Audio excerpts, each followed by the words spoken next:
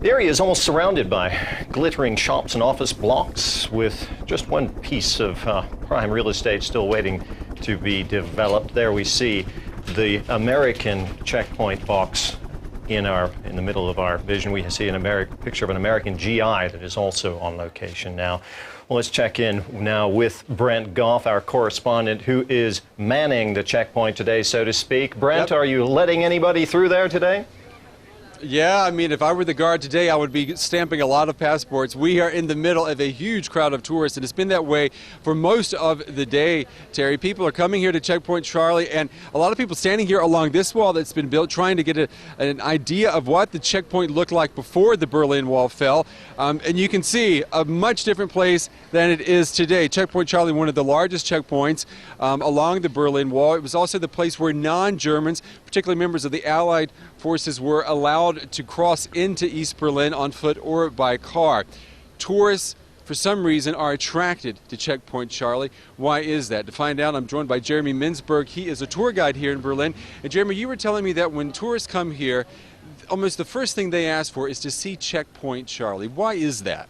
It's because they've all heard about it somewhere in movies or in books or read about it somewhere, and it's this myth that they want to find out about more about what it is here in Berlin. Okay, they want to find out what it is. Do they know what it is when they get here? Most people don't have a clue what this is here, and when they get here, they're totally surprised, and it's much more impressive than when they get here than they expected it was going to be. You were telling me that some people are actually disappointed when you finally get here and you say, this is it. They're very disappointed because they expected the memorial should be here for Checkpoint Charlie, and they're very disappointed that it's being built somewhere else in Berlin and not being built here on this site where the checkpoint used to be.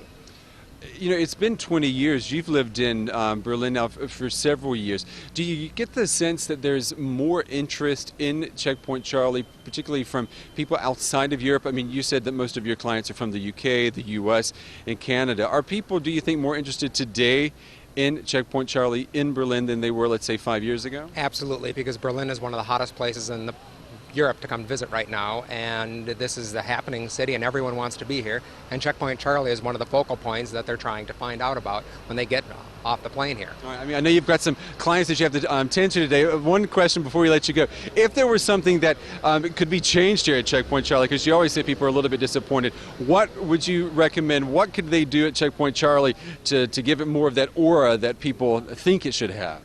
They should try to recreate what was here at one time and bring back a little bit of that Cold War feeling and how scary this place once was. Because right now that's all gone. Okay. And it's just checkpoint tourism right now, and it's not about the myth that it used to have. All right.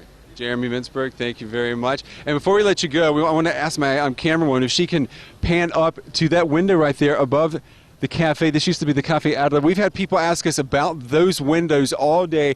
Those windows, the upper floors, were where the CIA had a secret office, and the CIA was using 1960s, 70s, 80s technology at the time to actually watch East Berlin. There was no Google Earth, Google Maps at the time. They had to use binoculars, believe it or not, and they were using old-fashioned technology right here across the street to keep an eye on what was going on in East Berlin. It's those kind of stories that fascinate people today, and those are the types of stories that are attracting people here to Checkpoint Charlie on the 20th anniversary of the fall of the Berlin Wall. We're going to be here throughout the rest of the day and the evening, so stay with us. But first, I think we have to go back into the studio at Potsdamer Platz. Back to you guys, Terry.